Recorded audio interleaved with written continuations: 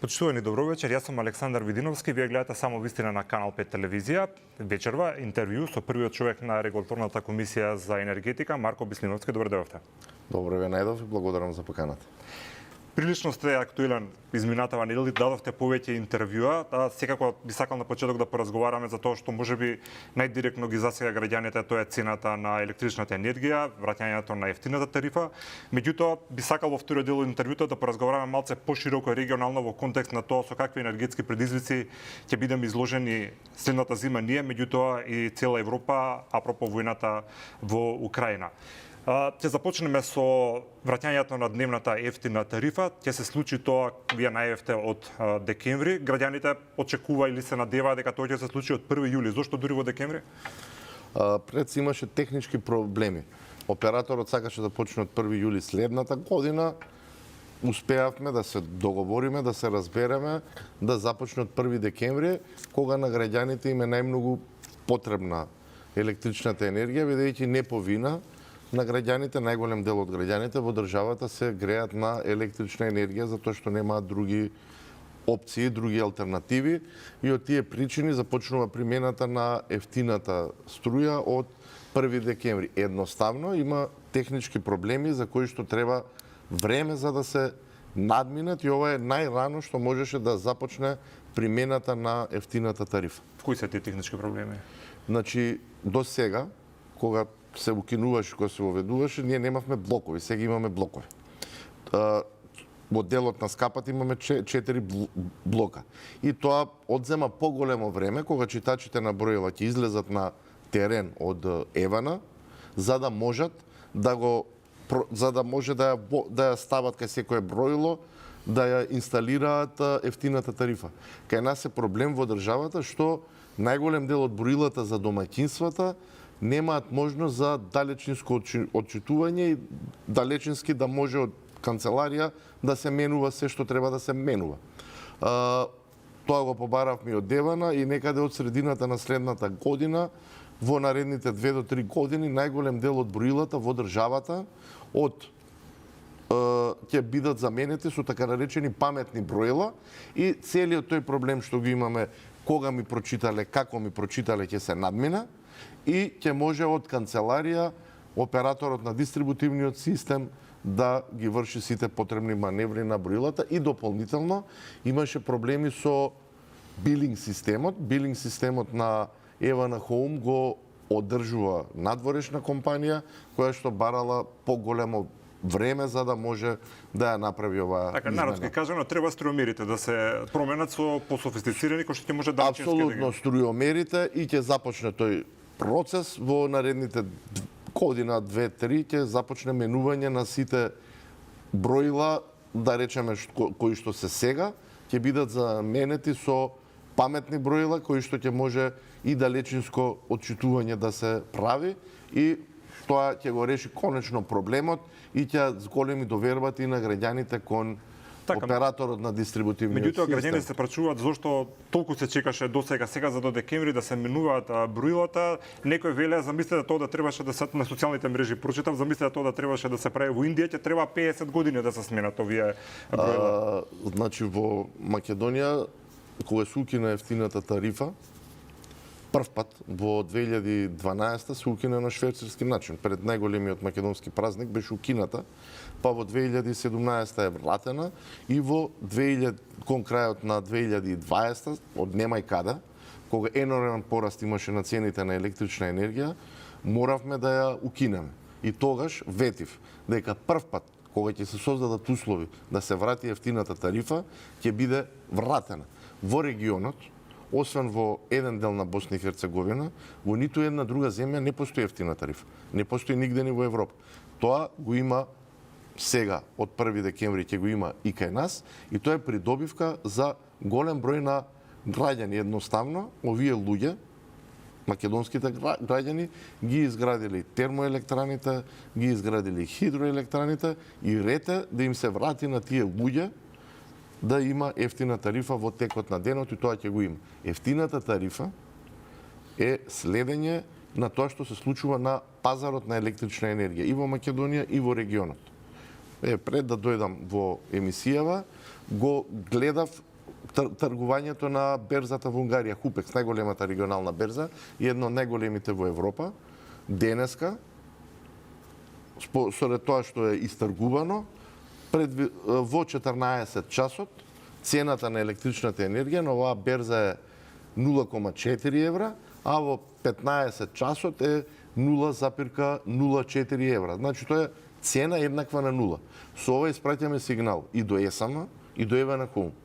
Купувајте електрична енергија кога е најефтина, а особено ЕСАМ да продава електрична енергија кога е најскапа. На тој начин трговска логика, продај поевтино. На тој начин штедиме домашни ресурси, штедиме вода, штедиме јаглен и ги чуваме за престојната грејна сезона кога ќе ни требаат најмногу. А ова не го прават сега тие да купуваат кога е најефтино? ЕСАМ веќе тргува сериозно на македонската берза и купува во текот на денот, продава во останатиот дел на кога завршува сонцето негде после 19 часот. Така да веќе се прават тави активности, но и во наредниот период тоа ќе треба да стане пракса и дополнително, според мене, ЕСАМ треба да биде лидерот во инсталирањето на батерии за да може да си чува енергија кога ја има, а да ја продава кога е најскапа. Господине Беслиновски, има ли политика во ваквата одлука од декември да почне примената на дневната ефтина тарифа, имајќи во предвид дека веќе следната пролет ќе бидеме длабоко влезени најверојатно во предизборија? Ако имаше политика, ќе ја донесовме од 1 јули. Затоа што тогаш немаше, беше кампањата уште почна да. Јас ниту еднаш не кажав дека ќе почне имплементацијата од 1 јули. Кажував дека да се соочуваме со проблеми, разговаравме, преговаравме со електродистрибуција, максимално што можевме да го направиме, го направивме и се водевме со тоа граѓаните да добијат ефтината тарифа кога многу ќе им биде потребно. Имајќи во предвид дека сега таа потрошувачка од 13 до 15 часот нема да влезе во ниту еден блок, туку ќе се биде во периодот кога важи ефтината тарифа. Иста ќе биде како што и во ноќните часови и мислам дека многу ќе им помогне на граѓаните, особено на пензионерите. Дополнително, воведувањето на ефтината тарифа значи 5% линеарно намалување на цената на електричната енергија. Толку е влијанието на потрошувачката во тој период. Си има раменка со кој што се пресметува. Апсолутно да е пресметано. Тоа толку изнесува. Кажете ми, ќе има ли доволно струја оваа зима? Знаеме дека декември и јануари се месеците кога има неголема потрошувачка, а ние тогаш одиме со мерката за ефтина дневна тарифа. И во текот на зимските месеци цената на електричната енергија на берзите е секојаш за 2 пати и повеќе пониска отколку што е цената на електричната енергија после 19-20 часот. Тоа е новата реалност, новата нормалност во бизнисот со трговија со електрична енергија. И тоа нема да се промени. Така, мислам каков ќе биде импактот, да речеме, од фотоволтаиците, кои знаеме дека има многу помал број на сончеви денови зимно време. Па затоа ЕСАМ уште од сега ќе почне да купува електрична енергија од фотоволтаиците, за да ја штеди водата, за да го штеди јагленот, за да има кога најмногу ни треба. Инаку ме прашавте дали ќе имаме. Немаме ние друга опција. Електрична енергија мора да се обезбеди и за граѓаните, и за стопанството, и при тоа треба до максимум да работат домашните капацитети, како што работа изминатата грејна сезона. Едноставно, друга опција немаме. Со добра организација, како што се направи минатата година, ќе немаме проблем оваа зима. И тогаш кажував, пред започнувањето на грејната сезона, доколку работат домашните капацитети како што треба, ќе збориме и за намалување на цени на електрична енергија. И тоа се случи. И во декември ги намаливме, околу 3,5-4% за домаќинствата, а 20% за малите потрошувачи. И сега ги намаливме цените на електрична енергија за домаќинствата. Просечната цена е намалена за 4,3%. Дополнително се воведува ефтина тарифа која што ќе има влијание на линеарно намалување уште 5%. Да сакате да кажете дека има можност од декември или среднова зима, освен воведување на дневна ефтина тарифа, да има и дополнително намалување на цената на струјата? Премногу е рано да се збори за било што, и цената на најбитни се цената на ЕСАМ и да видиме какви ќе бидат и цените на берзите. Она сега што го гледам, е дека предвидувањата е дека цената на електричната енергија во 2024 ќе биде околу 160 евра за мегават час. Тоа е фјучерс на најголемите берзи во Европа, фјучерси се тие. Тоа е далеку повисоко од пред 2-3 години кога беше околу 50 евра, но не А е... за разлика од оваа година? Оваа година цената е постојано некаде во просек, колку што гледам.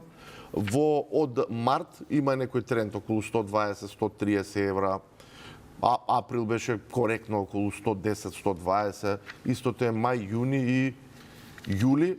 Па ќе видиме како ќе биде останатиот дел од годината, но дека ќе има ценовни шокови, еве да не се урочиме, но не верувам дека ќе има драматично зголемување како што имавме во минатиот август и септември, луди цени кои што на час достигнува и до 1000 евра, во просек бе околу 400-500 евра за мегават час, што беше неиздржливо за сите економии во Европа. Да, цената ја плаќаме за тоа дојде предпоставувам по почетокот на војната во Украина и менувањето на енергенсите, од каде ги зима Европа? Енергетската криза започна пред војната Украина, започна летото 2021 и започна со тоа што се случи едно такво сценарио. Европа не ги наполни своите складишта за природен газ соодветно како што треба. Исто така се случи и страшна суша. Производството на хидроенергијата се намали. Имаше проблем со ладењето на нуклеарните електрани насекаде во Европа. И дополнително тоа предизвика сериозен проблем во однос на производство на електрична енергија и од гасните електрани. Драстично се зголеми и тогаш почна лудилото со зголемување и на цената на газот. Украина како капак дојде практично. И како Украина како капак дојде и ние веќе 2-3 години живееме со исклучително високи цени и на електрична енергија и на природен газ. Тоа е увезено, не зависи од Македонија, тоа е во цела Европа така, но со неколку мерки што ги превзема и Европската комисија во однос на поставување на една горна граница до каде што може да иде цената на електрична енергија до 180 евра за мегават час максимално, успева Европа и да се справи, но далеку е од тоа што било претходно и не верувам дека ќе имаме ситуација повторно да имаме цени од 50 на 60 евра за мегават час. Така, меѓутоа тие цени се за сите држави, да речеме да се споредуваме со овие во регионот. Зошто Македонија после Албанија плаќа најскапа струја на Балканот? Или во регионот? Го читав тоа, тој надпис го имаше, значи тоа не е по цена на електрична енергија, тука е врз основа на приходи.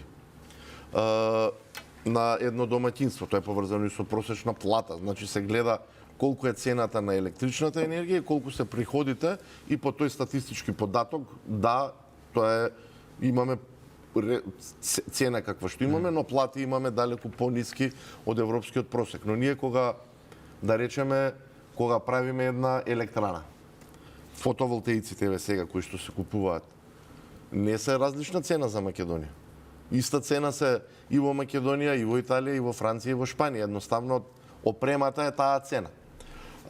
Дополнително, еве една трафостаница, ако купува Мепсо, не е тоа посебна цена за Македонија врз основа на просечната плата. Ако е 20 милиона евра, е 20 милиона евра. Да, значи тогаш ние не добиваме поевтина опрема заради пониски просечни плати. Така да мислам не е во ред таа споредба, но добро. Добро, сега да кажете дека не е точна, дека има други држави. Кога споредувате нашата цена на електрична енергија како цена, во моментов единствено во Србија е пониска. А и во Србија е во тренд на постојан пораст на цената на електрична енергија и мислам дека до крајот на годината ќе не надминат. Значи како цена на електрична енергија за домаќинства, после Србија имаме најниска цена на електрична енергија во Европа. Тој параметар кој што го спомнавте е спореден трошок за електрична енергија земени во предвид приходите кои што ги имаат домаќинствата врз основа на просечна плата. Но како што кажувам, кога се гради електрана, не се зема во предвид цена на опрема различна за Македонија, секаде е иста. Така, добро, значи да сублимирам дека граѓаните во Македонија не плаќаат најскапа струја освен Албанија во регионот. Значи, цената на електрична енергија за домаќинствата во Македонија е најниска освен во Србија.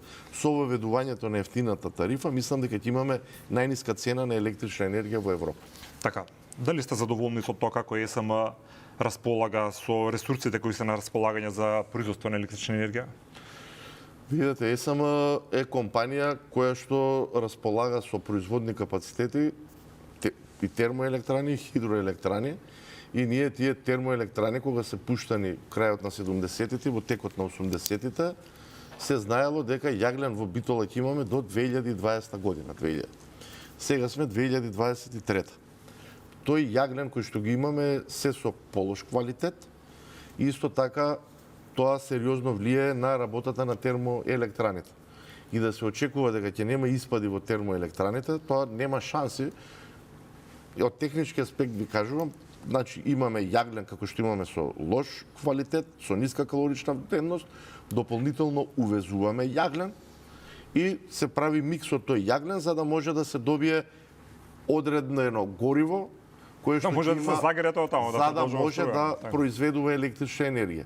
И не секогаш се погодува како ќе биде калоричната вредност на тој микс од јаглен што го правиме, и поради тоа се случува да пукаат цевките во термоелектраните. И ние не можеме да очекуваме да нема испади во овие термоелектрани. Инаку за репер да ви кажам, кога било далеку подобра состојбата во однос на квалитетот на јаглен, во 2004 термоелектраната во Битола е рекордер по изработени број на часови без испади. Значи, тогаш биле сосема поинакви услови. Рекордер во однос на што? На регионот? Во Европа. Во Европа? По најголем број на часови работење без испади, и ако ги гледате, имало периоди кога само термоелектраните произведувале околу 4800 гигават час. Сега ние имаме цело ЕЛЕМ, цело ЕСМ произведува околу 4000 гигават час. Значи, и тоа е сериозен проблем. Но тоа производство мора да го додржиме и дополнително да се градат нови производни капацитети. Да не очекуваме дека од термоелектрани кои што се стари, дека ќе нема испади. Се одржуваат колку што треба за да може да произведуваат. Како гледате иднината на РЕК Битола? Ајде сега да трнеме на страна што не може да работи со толкав капацитет, за како што кажавте, јагненот не е толку квалитетен, ограничени си ресурсите, меѓутоа тој е еден огромен загадувач. Имаше една анализа која што покажа дека тој е најголем загадувач во овој дел од Европа.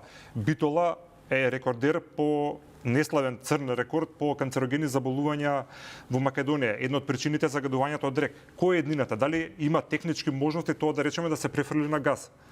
Апсолутно, значи ние дека го имаме јагленот, мораме да го искористиме и мора да започне и процес на замена на јагленот со природен газ. Затоа што јасно е веќе дека во Европа иднината е во обновливи извори на енергија, но за да работат тие обновливи извори треба да има и базна енергија. До сега базната енергија ја обезбедувавме од термоелектраните, јагленот е се помалку и помалку и ќе започне процес на замена на јагленот со природен газ. Но тогаш да си бидеме отворени да си кажеме дека уште повеќе енергетски ќе бидеме зависни. Јагленот си беше наш домашен, македонски, ние го располагавме. Тоа ограничен. Апсолутно ограничен, и природниот газ сега треба да го замени. Новиот рбет на енергетската независност ќе ни го дадат фотоволтаичните електрани и ветерните електрани. И инвестициите во тамо, во тој дел во обновливите извори, не само во Македонија, и во Европа, нема да простанат. Тоа е процес кој што ќе се случува и ние мора уште од сега да се налепиме на тој бран и да знаеме да ги превземаме сите мерки кои што ги превземаме, дека ќе имаме се поголемо и поголемо производство на електрична енергија од фотоволтаици и од ветерни електрани. Тамо каде што треба да се замени јаглено, треба да се замени со природен газ, за да се обезбедиме базна енергија, но инвестициите во обновливи извори нема да запрат. Обновливи извори се супер, произведуваат електрична енергија и не загадуваат, но се тешки за балансирање на системот, бидејќи еден облак значи да знае да направи проблем. И тогаш треба да се активираат хидроелектрани и доколку имате и гасни електрани. Тука ги гледам како одлична шанса и батериите, кои што и како технологија се нови, и овие најдобрите сега што ги има во Европа, веќе имаат можност за 2 часа да се складира енергија, но брзо ќе се развива таа технологија. Ако пред 15 на години 1 мегават од фотоволтаик чинеше 3,5 милиони евра, сега чини околу 600-700 илјади евра 1 мегават. Тоа е голем пат. Апсолутно, само за 15 на години. Истото ќе се случи и со батериите. Следна работа е, на крај целата оваа приказка ќе заврши, електричната енергија од обновливи извори ќе се користи за производство на водород како најеколошки извор на енергија. И тоа е тоа. Така ќе заврши целата приказка за 20-30 години. Тоа ќе го прави Европа и веќе ги натака се движи. Тоа го прават и Соединетите американски држави, сигурно ќе го прави и Кина и сите останати земји.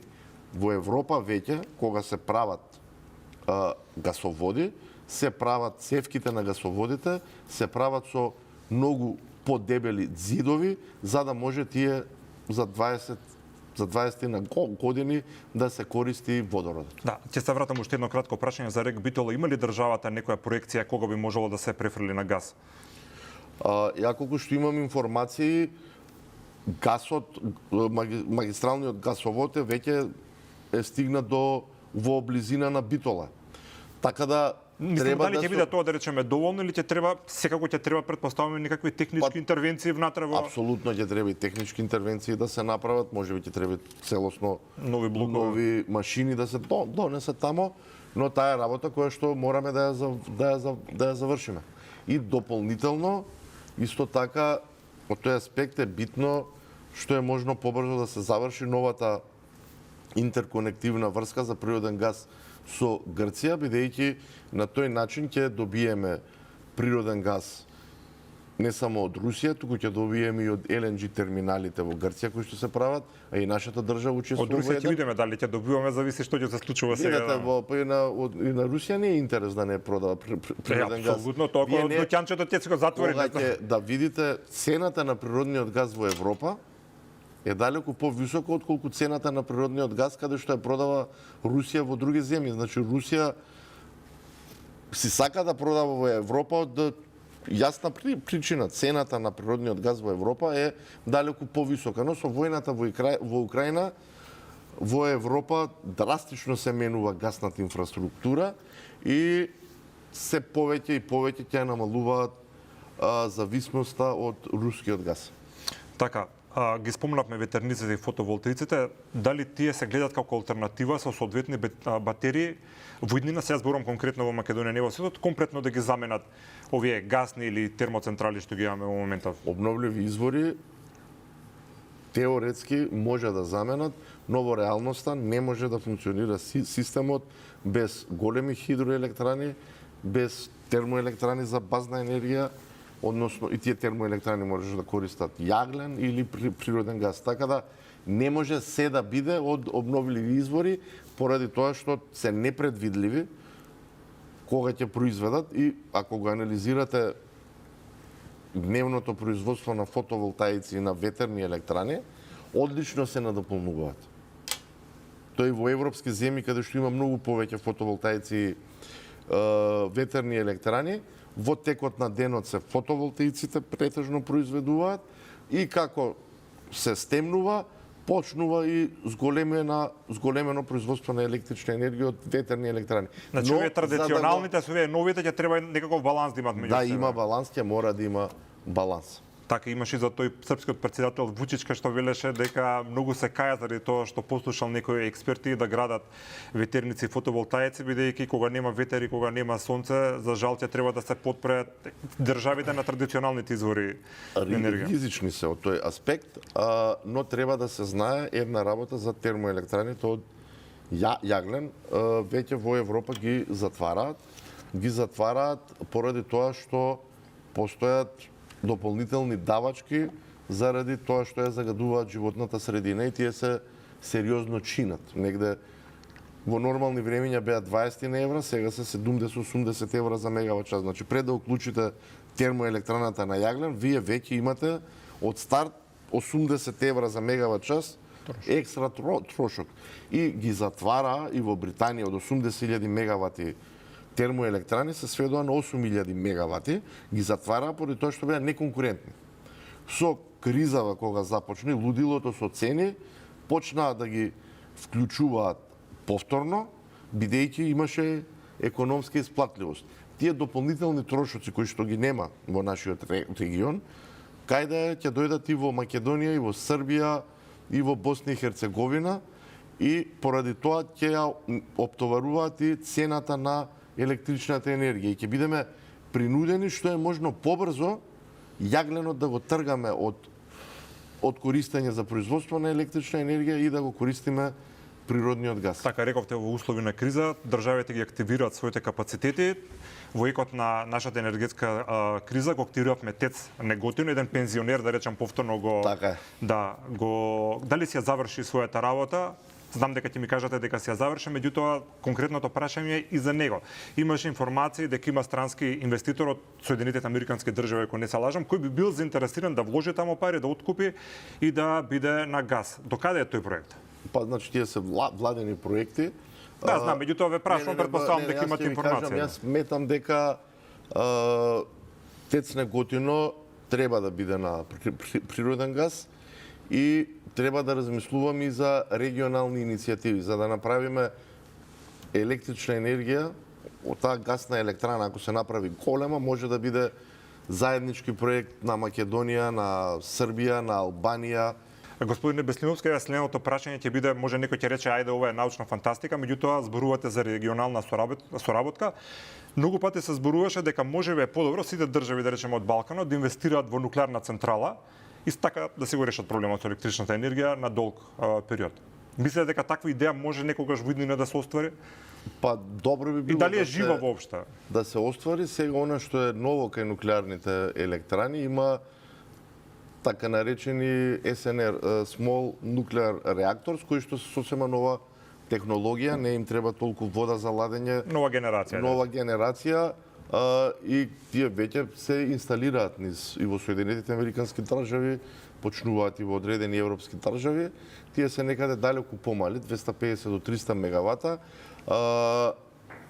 И има компании кои што го превземаат целосното управување на овие мали нуклеарни електрани, кои што понатака си ја земаат обврската и за чување на нуклеарниот отпад. Така да во таа насока треба да се размислува и за регионална соработка, но и секоја земја треба да размислува за доколку го реши проблемот со самиот отпад. Дека тој што ја управува, тој се превзема обврската и да го средува и нуклеарниот отпад, и тоа е процес кој што ќе се случува. Во Франција се најавија дека не мора Франција, да гледаме Хрватска и Словенија со Кршко си функционирање нормално. Функционира.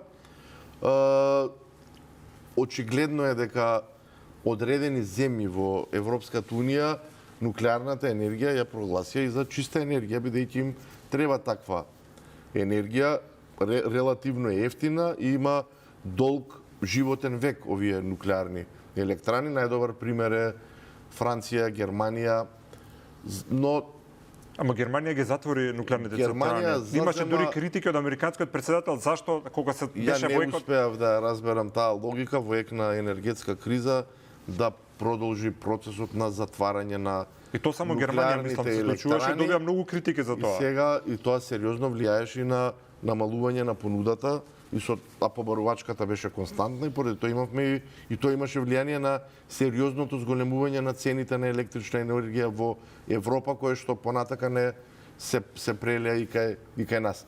Апсолутно ние треба да размислуваме и да гледаме и регионални проекти. Сосема е јасно дека со отварањето на берзата во Македонија ние ќе правиме поврзување на пазарите со Грција, Албанија, Црна Гора, Косово, понатака и со Србија, така да целата приказка околу врзувањето на пазарите ќе заврши еден ден со еден заеднички европски пазар на електрична енергија и на природен газ. Зашто кога граѓаните мислам мојот впечаток е таков дека кога ќе им се каже нуклеарна енергија, мислат дека тоа е нешто многу лошо, многу опасно, сите гледаме Чернобил емисиите, меѓутоа во светот тоа се смета за најчиста енергија.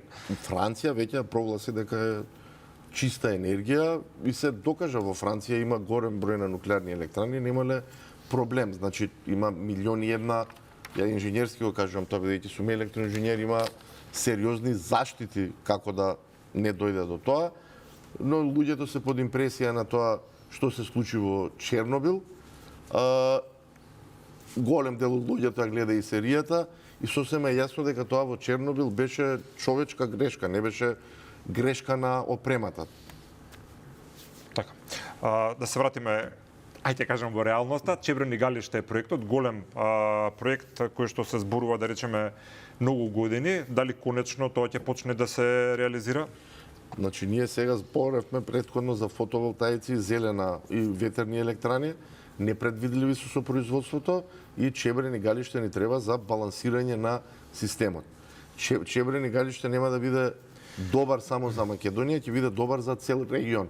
Ја верувам дека е сега одлична шанса конечно да се заврши процесот во однос на градбата, на започнувањето на градбата со Чебрени галиште. Чебрени галиште ќе биде екстремно добар проект. Какви бенефити ќе имаме директно, освен поголемо производство на струја? Дали кога ќе вака наједноставно сакам за да можат да разберат гледачи, кога тоа ќе се направи, ние ќе имаме поевтина струја, ќе бидеме помалце зависни од увоз. Тоа е придобивка за земја. За да се направи Чебрени галиште, тоа чини цена и ќе се има цена на чинење и во првите години таа ќе биде релативно висока цена. Но нема да биде повисока отколку што е таа енергија која што увезуваме. Тоа е една работа. И втора работа, Чебрени галиште како концепт ќе може да нуди и системски услуги не само во Македонија, ќе може и во соседните земји, ќе може и во Србија, ќе може и во Косово, валјда кој ќе се направи новиот далековод со Албанија, ќе може да го дава тоа и во Албанија. Значи, хидроелектраните при промена, при намалување на потрошувачки или зголемување, се проектирани веднаш да реагираат и тие ги даваат така наречените системски резерви. Без тоа значи за граѓаните разберат да се испушти водата и да се зголеми производството. Така е. Така. Добро, несомнено дека обновливите извори на енергија, да речеме, констатиравме веќе дека се еднината, колку дозволи лиценци дадовте за изградба на вакви капацитети? Во минатата година ја завршивме со 267. Да направиме компарација, да речеме, од пред 5 години. Пред 5 години сме давале околу 20-30 лиценци за производство на електрична енергија. Лани издадовме 267 лиценци. Оваа година, заклучно со денес, имаме издадено 278 лиценци. Значи, пристигнуваат многу барања до вас? Па, пристигнуваат многу.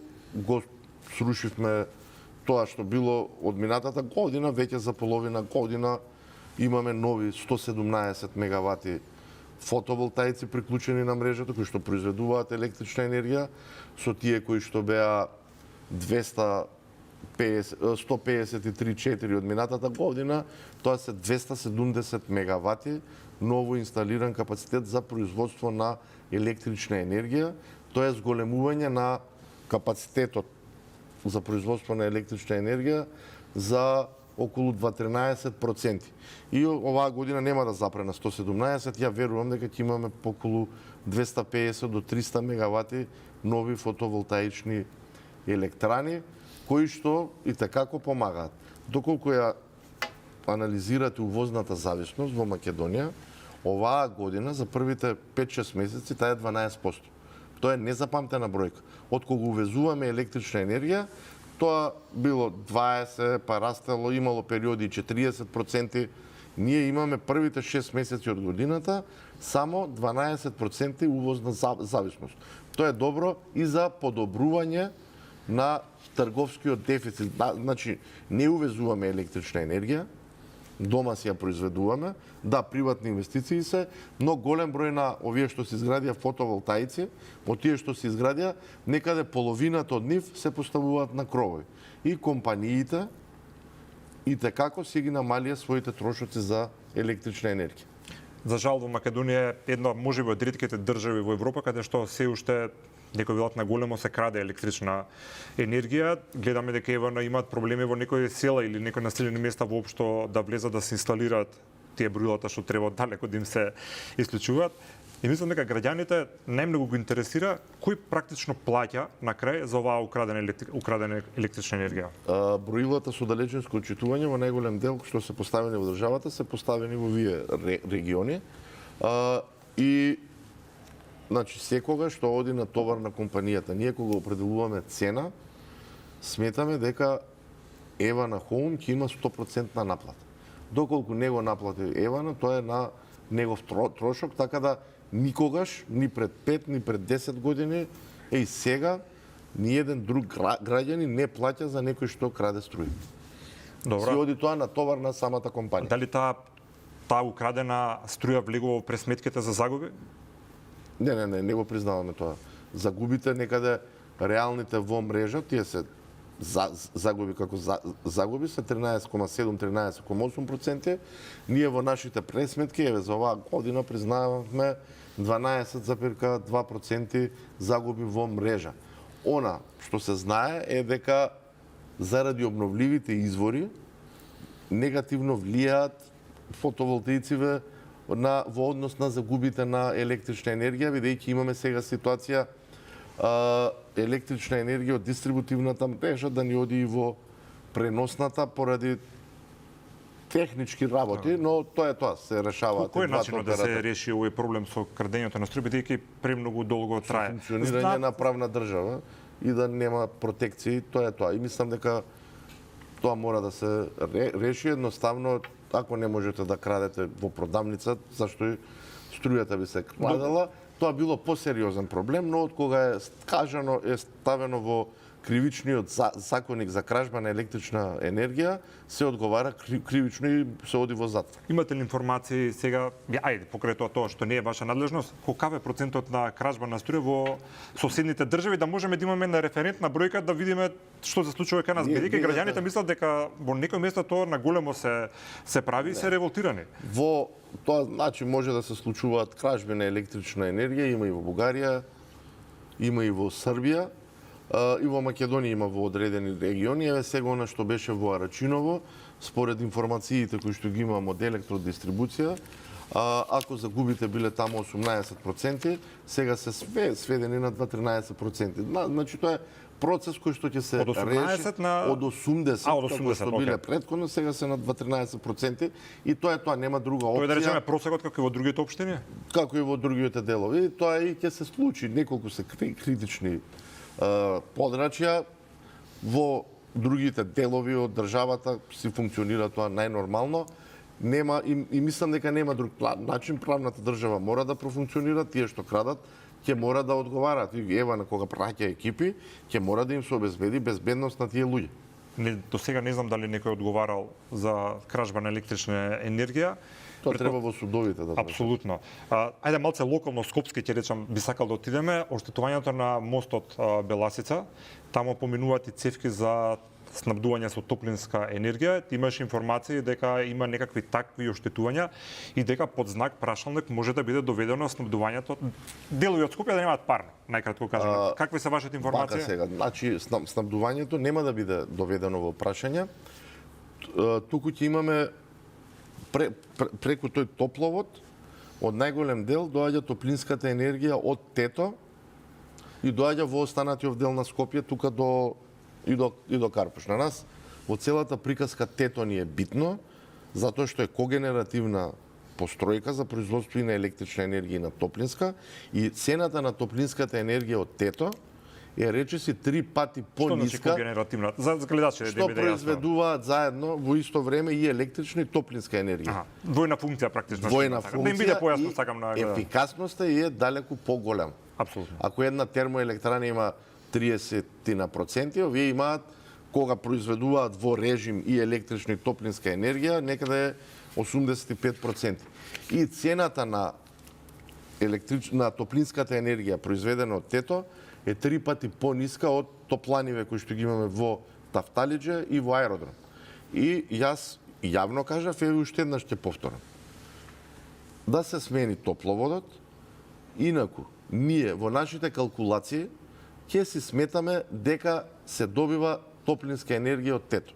Разликата ќе се оди на товар на компанијата ЕСМ производство на топлинска енергија. Има доволно време, колку што имав комуникација денес со директорот на ЕСМ, во текот на следната недела ќе започне тргање на тој топловод, за да се види каква е ситуацијата со мостот, Добро, дека... а потоа ќе се врати назад топловодот и тој топловод Скопје пред почеток на грејна сезона мора да го има. Доколку има некои проблеми, тоа ќе оди на товар на компанијата ЕСМ производство за топлинска енергија. Добро, значи тие, ајде ќе кажам, шпекулации кои што се појавија дека поради пожарот делови од Скопје ќе останат безпарно не е точно едноставно. Проблем ќе биде носењето на ефтина топлинска енергија од тето. Така. Ајде, тоа зборуваме за топлинска енергија за време на зимата, меѓутоа има стравувања дека во зимата, на зима може да не се повтори енергетската криза, за тоа малце зборувавте и на почетокот. Што треба да се случи повторно државата и регионот да влезе во енергетска криза? Кој е она најлошо сценарио кое што може да не се случи, а за кое што претпоставам дека се подготвувате? Во суштина ние немавме недостаток на електрична енергија и природен газ. Таа енергетска криза во самата своја суштина беше финансиска криза, бидејќи цените беа екстремно високи. Немаше никаде недостаток. Добро, меѓутоа имаше рестрикции. Не имаше рестрикции од владините објекти не уште немаат осветлување ни Скопје исклучено. Тоа е од аспект на штедење, тоа треба да биде затоа што треба да особено државни институции да покажат пример дека треба да се штеди електрична енергија. Ние значи оваа година и со воведувањето на блоковите, а и со мерки кои што се превземаа за штедење, потрошувачката на електрична енергија ни е намалена за 16%. Јасно е дека на тоа сериозно влијание имаше и благата зима, но тоа влијание е некаде 5-6%. Сето останато е добри 5-6 не е малце. Не, апсолутно. Пол Европа се издрадува што немавме зима јака. Не, апсолутно. Помогна што немавме, тоа ги стабилизира и цените на електрична енергија и на природен газ. Но и мерки кои што се превземаа за штедење си дадоа соодветен резултат. Така, сега малку сакам да излеземе од улогата Беслимовски, прв човек на регулаторна комисија, сака како експерт да поразговараме по овие прашања. Кој е вашиот став? Зашто изминативе 30 години успеавме толку малце енергетски капацитети да изградиме? Каде ја сгрешивме работата? Од немање концепт. Значи, ние треба да видиме од 45-та до 90-та што се направено. Направени се околу 1560 мегавати. Тоа го направила државата. Во независна Македонија, државни проекти правени од ЕСМ се Козјак 80 мегавати, 36 мегавати Света Петка и уште 36 мегавати ветерната електрана во Богданци, 10 мегавати кои што ги направи ЕСМ во Осломеј. Тоа кој ќе го соберете околу 150 мегавати. Значи, ние треба да си расчистиме и покрај овие приватни инвестиции кои што ги имаме во производни капацитети, фотоволтаици, когенеративна постројка е приватна инвестиција, ветерни електрани и ЕСМ треба да направи една посериозна, поголема когенеративна постројка која што ќе му помогне и за производство на електрична енергија и за топлинска енергија. Значи, мораме да се фокусираме да градиме нови производни капацитети. Кажавме претходно, Битола е уште малце, све што има велиме јаглен да се искористи, да, но ќе треба да се замени трите блока од Битола се 680-690 мегавата. Значи, 700 мегавати ние треба да се спремиме, да ги замениме со исти такви се подготвува државата за тоа? Ма нема друга опција. Државата мора да се подготвува. За тоа велам. Не ги искористуваме по лека капацитетите и се прашуваме дали има некој тим тамо што прави план, луѓе како ќе тераме уште 10 години. Мора да се направат нешто во Битола да се замени со гасни електрани. Исто така треба да се размислува и за ТЕЦ Неготино со гасни електрани за да се добиеме да имаме сигурна и стабилна базна енергија. Потоа понатака со обновливи, со фотоволтаици обновливи, се надевам и чебрени галишта ќе ни биде многу полесно. И ние имавме многу шанси во изминатиот период. Некаде во 2006-2007 имаше тендер за ТЕЦ Неготино. Го пропуштив. Имаше во најубавите години 2007-2008 кога и светската економија беше во пораст. Без кризи. Без кризи, пред започнувањето на големата финансиска криза кон крајот на 2008, имаше за чебрени галиште се јавија една норвешка компанија и една од најголемите германски компании. И таа шанса испуштивме. Значи, испуштаме многу шанси. Зошто? Која е причината? Зашто тоа е причината, пред се мислам, немање концепт, немање храброст. И тоа ве прашувам, дали сега ние го правиме концептот? Тогаш сега мора да нема. Ние видовме во 2021 што значи не носење на времени одлуки. Домашното производство, ако во 2005-2006 било 6 милиарди и 300 милиони киловат часови, во 2021 имавме 3 милиарди и 200. Значи 3 милиарди киловат часови ни фаля. 3 милиарди киловат часови на годишно ниво трошат домаќинствата во Македонија. Повторно ќе ни се удри од глава ако не правиме нови производни капацитети. Фотоволтаици сега и други во обновливи што се прават околу 270 мегавати помагаат. Многу помагаат. Но ни треба нови капацитети за базна енергија. Гасни електрани, поголеми фотоволтаични електрани, поголеми ветерни електрани, когенеративни електрани кои што произведуваат и електрична и топлинска енергија, и со тоа ќе се намали потрошувачката на електрична енергија. Значи, не треба да се плашиме, има во најава сериозни инвестиции и тие мора во краток период... многу често слушаме дека има големи компании што ќе инвестираат. Па и ги кажуваат, и АКУА, и ВПД, и Митилинеос, и не знам, има и некои други, но тоа мора да кажеме и да го реализираме, да не се доведуваме пак во ситуација да трепериме дали ќе имаме струја или ќе немаме. Ние во 2021 во ноември нашите акумулации беа на 9% од резервите. Сите се чудевме како ќе ја поминеме грејната сезона 21-22. Покажавме дека со добра организација се може да се направи, но треба да изградиме нови производни капацитети. Ама тој впечатал дека кога ќе дојде кризата во полнек, тогаш мораме некако да изменаџираме и ќе се среди проблем. Меѓутоа кога е мирнодопски услови учени, балкански менталитет. Кога ќе дојде кога е мирно, ништо не работиме. Германци, јапонци безпрекорни сме, ама да не се доведуваме во такви ситуации, ние мора да направиме нови производни капацитети. Така. И за гасот се збори многу дугачко време, ќе се гасифицираат големите градови, нешто се градат, а гасоводи... Се гради, мислам дека тоа... Да, меѓутоа ќе се согласиме дека тоа е многу споро, поготово што тој газ нема да стигне до секундарните терцијалните потрошувачи, односно домаќинствата, и тоа не со тоа не дека граѓаните ќе имаат поевтин енергенс, и тоа е многу важно. Меѓутоа, држава има огромен проблем со загадувањето, а една од главните причини за тоа е горењето на се и се што за да се згреат луѓето.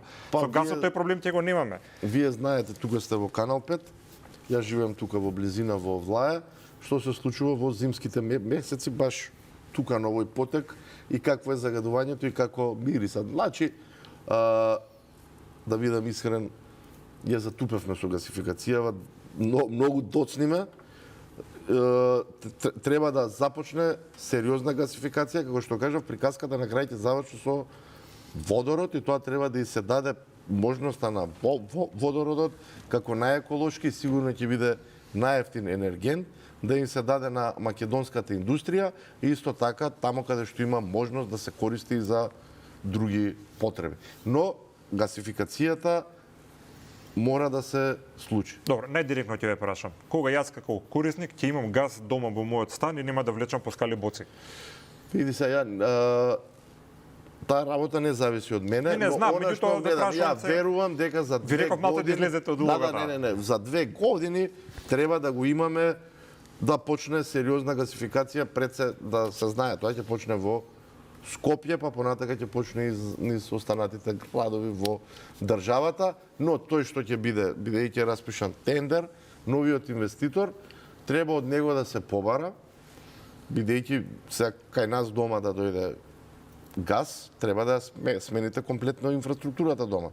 Ќе треба да смените шпоред, начинот на грејење, котлето. Добро, ма ќе имат избор така граѓаните. Не, ама сакам да кажам, тоа ќе ги чини граѓаните и поради тоа треба да се побара од новиот инвеститор на некој начин тоа што ќе чини поставувањето на новата опрема, да им го подели на 48 рати на подолг период, за да не биде одеднаш товар на граѓаните. Како што е у Телеком, кога се купува телефон, може да биде на 24 рати и тука да може да биде таа опрема, дека ќе треба цевки дома да се стават, па нов поред, па грејно тело, бойлер, така. Тоа да го финансира до одреден дел или општината, или самиот оператор на мрежата, а понатака тие пари преку на повеќе рати ќе им се вратат назад на... Да, меѓутоа тоа ќе е еднократно, граѓаните еднаш ќе платат за тоа и ќе си имат подобар енергијс како што треба. Значи можеме за 2 години да очекуваме дека тоа би станало реално се Јас верувам дека можеме да го направиме тоа. Бидејќи при крај тендерот со тие информации што ги имам за избор на компанија која што ќе го прави тоа, има 2 реномирани компании. Да, тоа сакав да прашам дали има заинтересирани. Сериозни компании кои што од која држава? Од Турција. Од Турција. Истиот тој бизнис го прават и во Турција, во сериозни подрачја, така да верувам дека ќе има успех во тоа. Одредена во делот на ценовната регулатива и регулаторната комисија за енергетика ќе направи одредени промени, мислам дека брзо ќе започне целиот процес. Инаку добро е што се турски компании, затоа што во Турција на тој е поделена на негде мислам 27-28 региона и имаат овие баш 2 компании искуство како се шири нова мрежа. Во Турција за 15 години најголем дел од Турција е целосно гасифицирана. Значи, да, велите дека имате искуство за инсталирање на гасна инфраструктура во веќе изградени објекти и тоа искуство ќе им биде добро на нив, затоа што убаво кажавте, практично се затупе малце работата. Граѓаните мислам дека не ни очекува дека тоа ќе се случи набрзо, бидејќи која партија кога и да дојде, една од главните ветувања во делот по нивната програма за енергетика е ќе гасифицираме се и се што меѓутоа и Чеврен и Галиште во... И види сега, нели се збори за единство.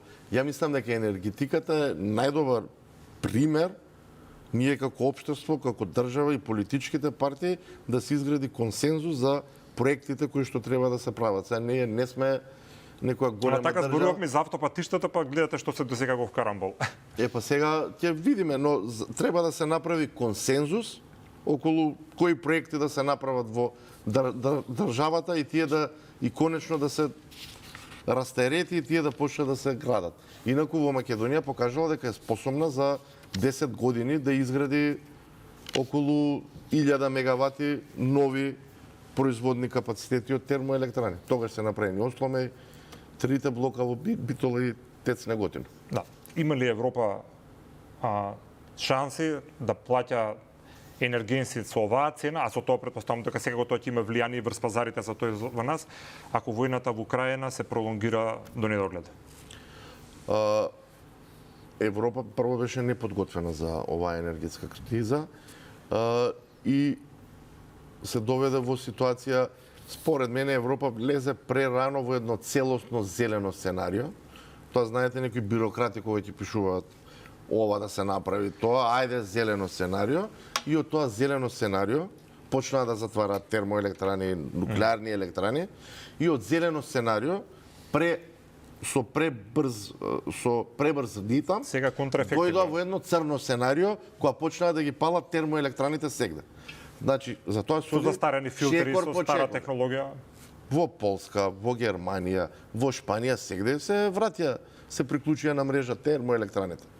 Така да, транзиција е добро, но да се оди чекор по чекор, да си го цениме прво тоа што го имаме, што не спасило, што ни ја развило економијата, па потоа ќе го гасиме. Инаку, вие ако гледате, и тоа се сега сериозни дебати во Европа, Полска има јаглен. Европските економии се развојот го имаат базирано на јагленот. И сега на источноевропскиве земји и они се базирани на јаглен и вика, не, ама вие сега ќе ги затварате термоелектраните. Да и ние тоа што имаме малце и ние да бидеме поконкурентни, дека јагленот апсолутно има пониска цена од газот. Така да треба да се води сметка за целиот тој процес. Добро, тоа е првиот дел на прашањето, дека европските земји избрзале со тоа, меѓутоа дали без рускиот, вака наједноставно да ве прашам. Сега е можеби политичко прашање. Дали Европа може да биде енергетски стабилна без руски газ? Долгорочно. Европа никогаш повеќе нема да си дозволи да се доведе во таква ситуација како што се доведе со започнувањето на војната во Украина. Се сеќавате и Русија тоа го искористи. Газпром правеше такви реклами како луѓето во Европа ќе мрзнеле, ќе правеле, но таа пропаганда на широко се дистрибуираше. Ама не успеа. И Европа целосно менува својата гасна инфраструктура, и тоа е јасно. Да, меѓутоа, се извинувам што ја прекинувам, русите велат дека тоа не успеа заради тоа што природата била милослива, се биле топ. Сега следнава зима кога ќе се спустат температурите, ќе настрадаме. Ја менува гасната инфраструктура.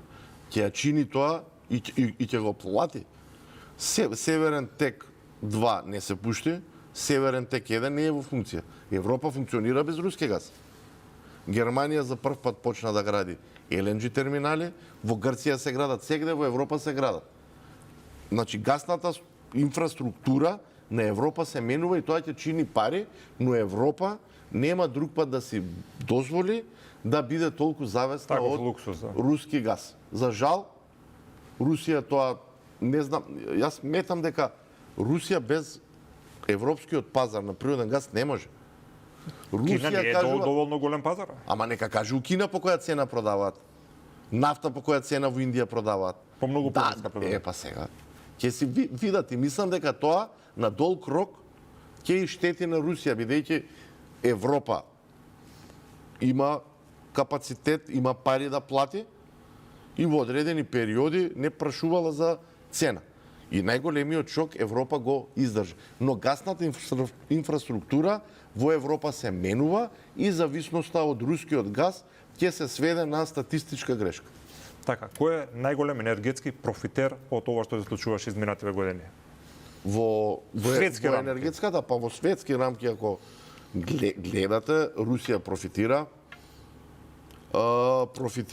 Ама нели сега велиме дека престана да извезува во Европа, во Кина се намалат приходите, тоа е во наредниот период.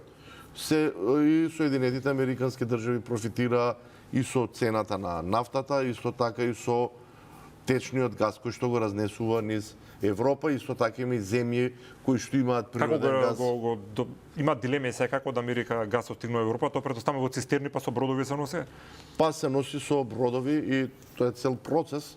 Поскапе од рускиот газ апсолутно, но така се случи тоа и сега LNG терминалите се градат па едно 10-15, сигурен сум дека се градат во Европа во овој момент. Само во Грција мислам дека се прават 3 во момент. Ако добро ве разберам, сите профитирале освен Европа.